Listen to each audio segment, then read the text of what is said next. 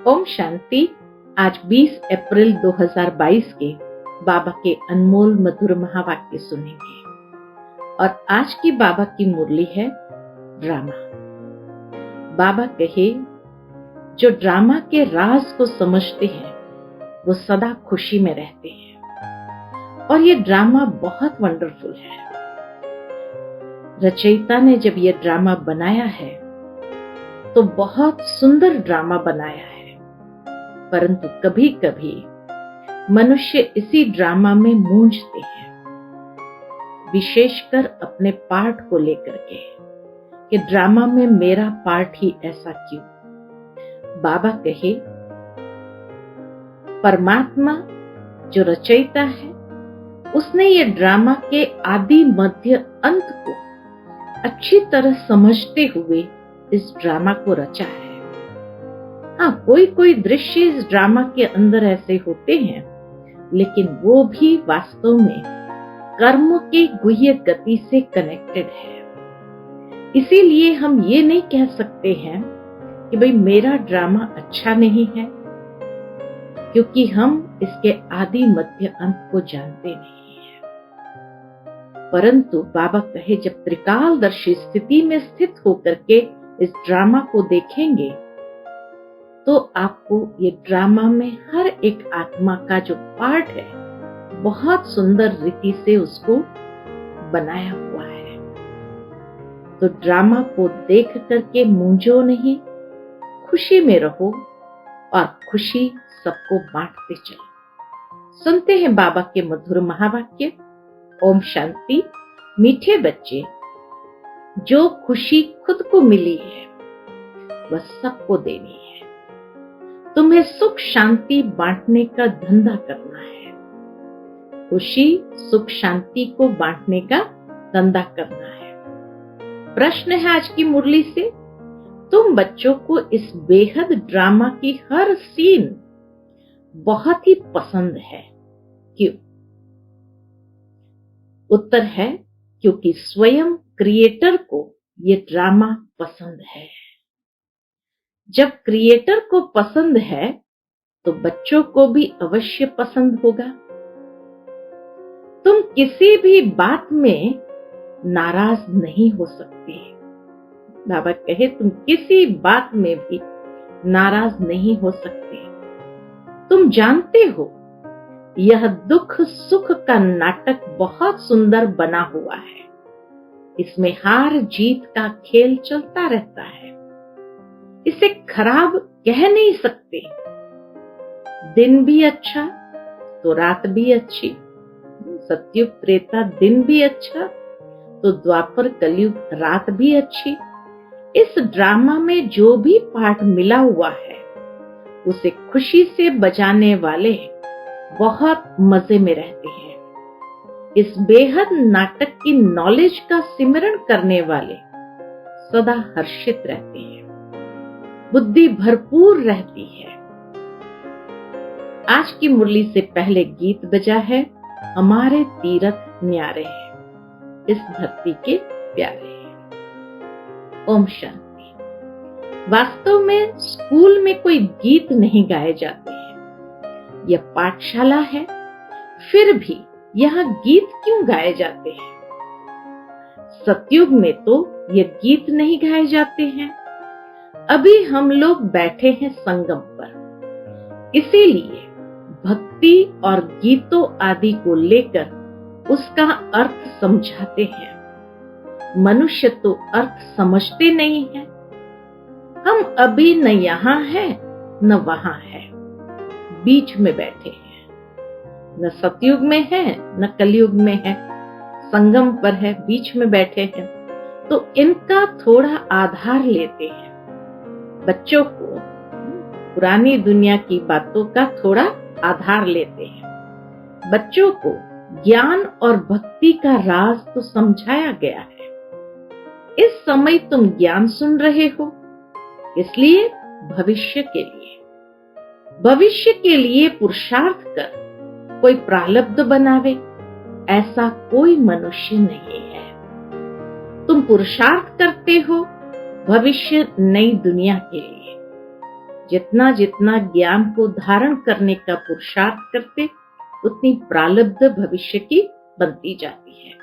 तो इसीलिए बाबा कहे तुम पुरुषार्थ करते हो भविष्य नई दुनिया के लिए। मनुष्य दान पुण्य आदि करते हैं दूसरे जन्म के लिए, वह है भक्ति, यह है ज्ञान। कोई कहते भी है ज्ञान, भक्ति और वैराग्य। सन्यासियों का है हद का वैराग्य, तुम्हारा है बेहद का वैराग्य। वो लोग घर बार से वैराग्य दिलाते हैं, दुनिया से नहीं। सबके सन्यासी घर बार से वैराग्य दिलाते, दुनिया से नहीं। और बाबा पुरानी दुनिया से वैराग्य दिलाते हैं। वह यह जानते ही नहीं कि तमो प्रधान जड़ जड़ीभूत सृष्टि है, इनका विनाश होना है, क्योंकि कल्प की आयु बड़ी लंबी बना दी है।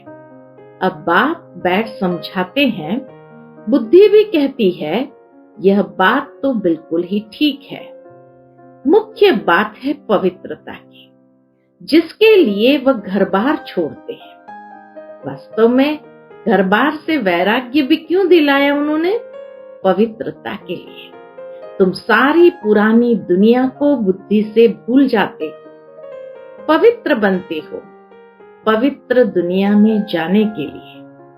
तुम्हारी यात्रा है बुद्धि की, कर्मेंद्रिय से कहां जाना नहीं है। तुम्हारा शारीरिक कुछ भी नहीं चलता। अभी हम रूहानी बाप के पास जाते हैं। वह जिस्मानी यात्राएं तो अनेक है, कब कहां जाएंगे कब कहां। तुम्हारी बुद्धि एक तरफ ही है। इसको अव्यभिचारी भक्ति कहे तो भी हो सकता है। तुम एक को याद करते हो, अव्यभिचारी भक्ति है। क्यों? क्योंकि हम एक को प्यार से याद करते हैं। उन सबकी भक्ति है व्यभिचारी, अनेकों को याद करते हैं, अनेकों को याद करते हैं। तुम्हारी है अव्यभिचारी रूहानी यात्रा, जिसमें हम जा रहे हैं वापस अपने घर। वो लोग निर्वाण धाम को घर भी नहीं समझेंगे। कहते हैं पार निर्वाण गया। तुम जानते हो वहां हम आत्माएं बाबा के साथ रहती है। अभी बाबा हमको लेने के लिए आए हैं। वह समझते हैं हम सब ईश्वर के रूप है। कितने शास्त्र आदि पढ़ते हैं, यहाँ तुमको वह कुछ भी नहीं सिखाया जाता है। तुमको तो इन कर्म कांड का भी संन्यास कराया जाता है। ये सब भक्ति के कर्म कांड है। जैसे प्रभु की गति मत न्यारी है, जैसे कहते हैं प्रभु की गति मत न्यारी है, पहले पहले तुमको अलफ सिखाते हैं। बाप खुद ही दलाल बनकर आते हैं, गाते भी है परंतु समझते नहीं। चारों तरफ लगाए फेरे फिर भी हरदम दूर रहे। तो भगवान को के लिए गाते भी है कि दलाल बनकर के आते हैं, परंतु समझते नहीं। तुमको कोई भक्ति से घृणा नहीं है, कोई से भी घृणा नहीं आती है, जबकि जानते हैं कि ड्रामा बना हुआ है। हाँ, समझाते जरूर है कि इस पुरानी छीछी दुनिया को छोड़ना है, वापस जाना है। जब भक्ति में थे तो भक्ति से प्यार था, गीत आदि सुनने से मौज आती थी। अब समझते हैं वह तो कोई काम के नहीं थे। सुनने में कोई हर्जा नहीं है। अभी भी कोई अगर भजन आदि गाते हैं, गीत गाते हैं, तो बाबा के सुनने में कोई हर्जा नहीं है, परंतु जानते हैं यह भी भक्ति की एक्ट है, ये भी भक्ति का एक पार्ट है। हमारा अब उनसे बुद्धियोग टूट ज्ञान से जुट गया है। ज्ञान और भक्ति दोनों को तुम जानते हो। मनुष्य को जब तक ज्ञान न मिले तो भक्ति को ही बहुत अच्छा समझते हैं। हम जन्म जन्मांतर भक्ति करते आए, भक्ति से स्नेह बढ़ गया।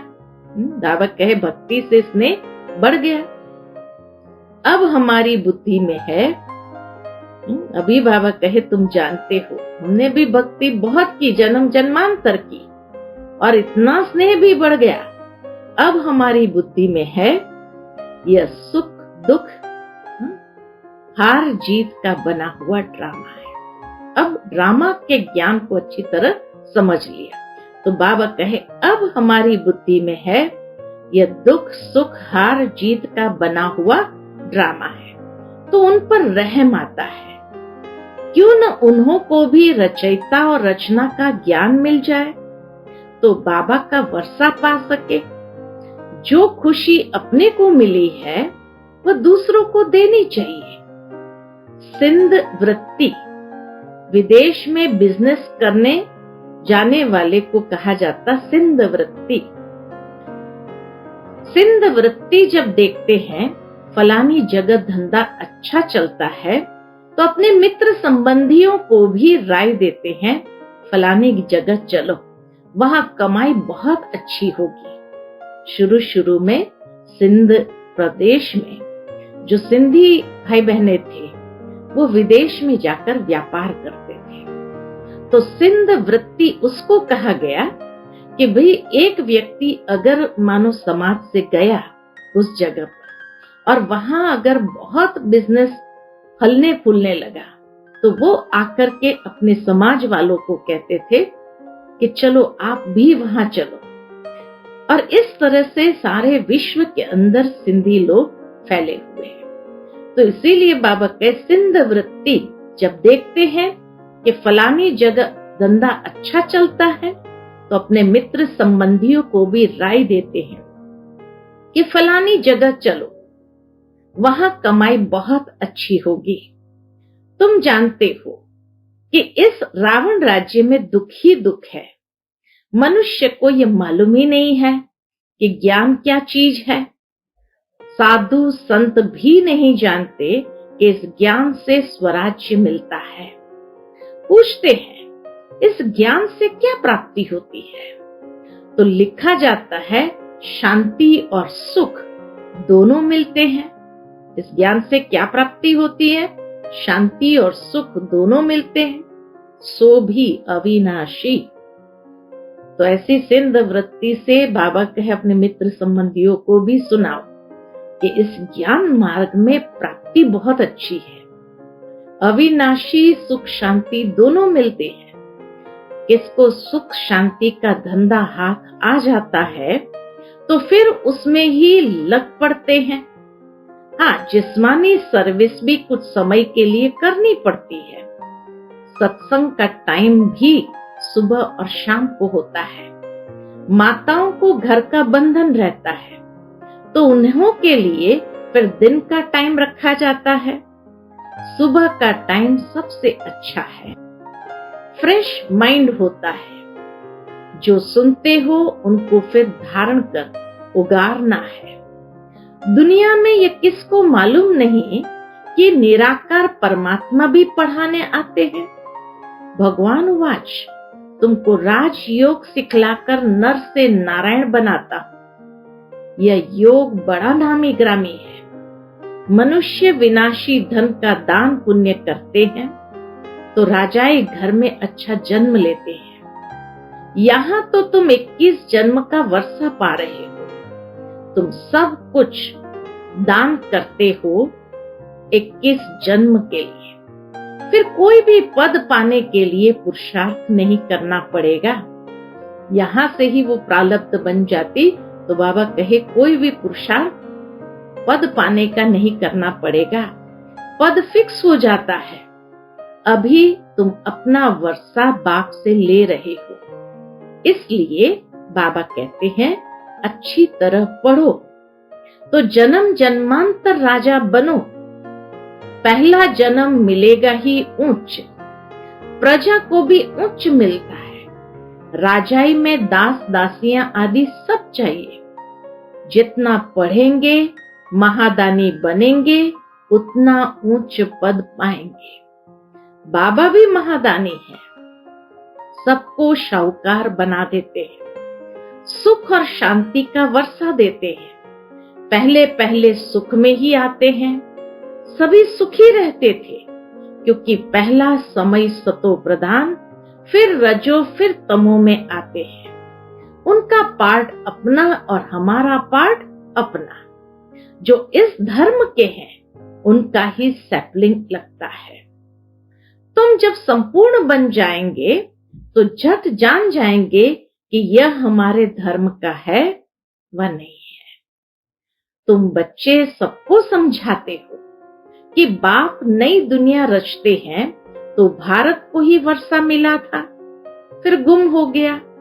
ड्रामा अनुसार वर्षा लेना भी है तो गंवाना भी है, ये भी ड्रामा बना हुआ है। ये चक्र चलता रहता है। इस समय हमने वर्षा गंवाया है, कलयुग में हमने वर्षा गंवाया है, अब फिर से ले रहे हैं। लक्ष्मी नारायण के राज्य का किसको भी पता नहीं है। इसीलिए पूछा जाता है कि लक्ष्मी नारायण को यह राज्य कब और कैसे मिला।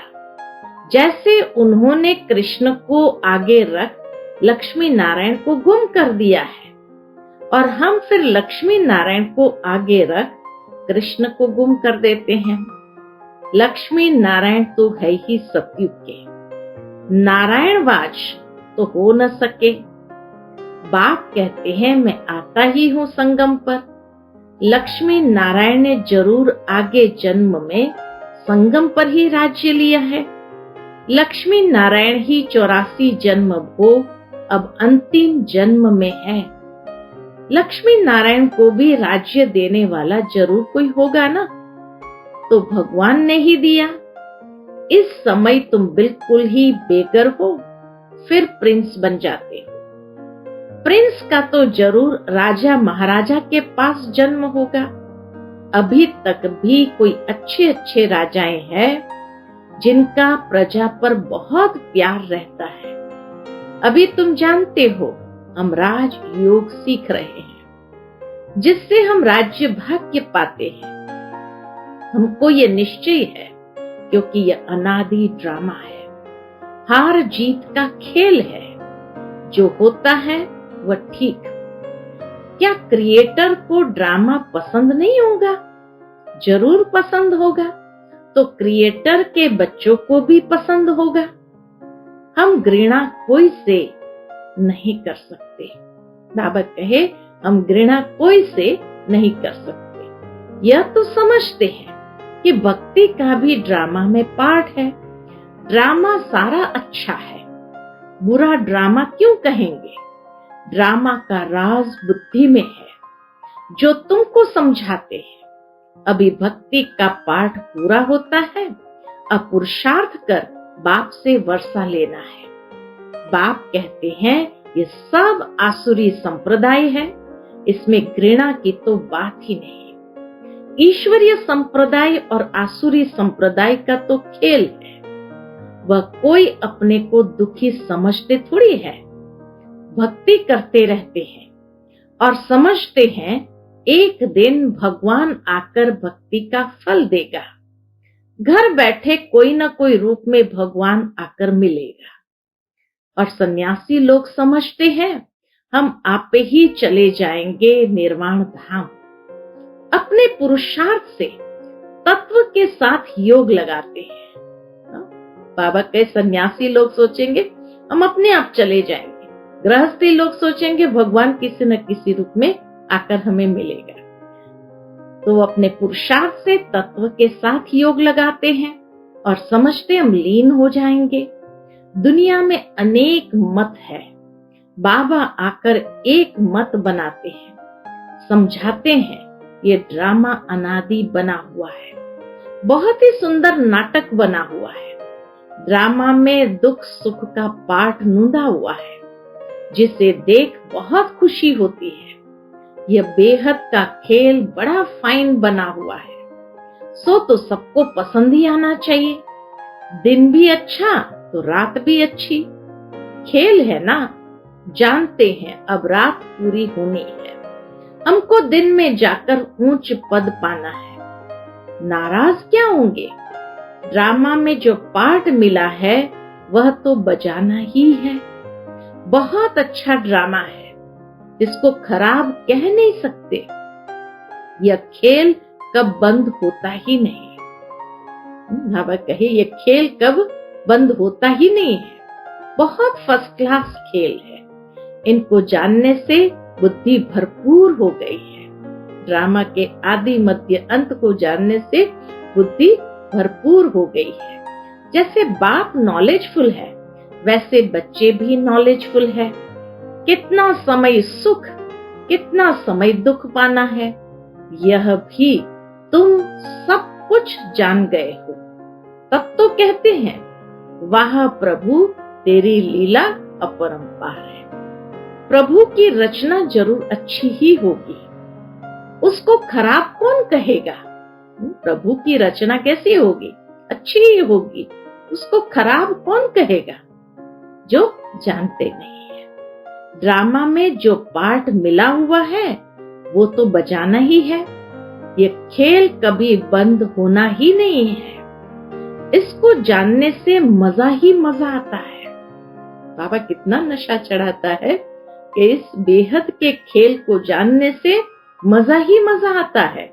भक्ति में सतयुगी राजाई का पता भी नहीं है। सतयुगी राजाई में फिर भक्ति का पता ही नहीं रहता है। भक्ति में भी कितने सुंदर गीत गाते हैं। हे प्रभु तेरी लीला विचित्र है।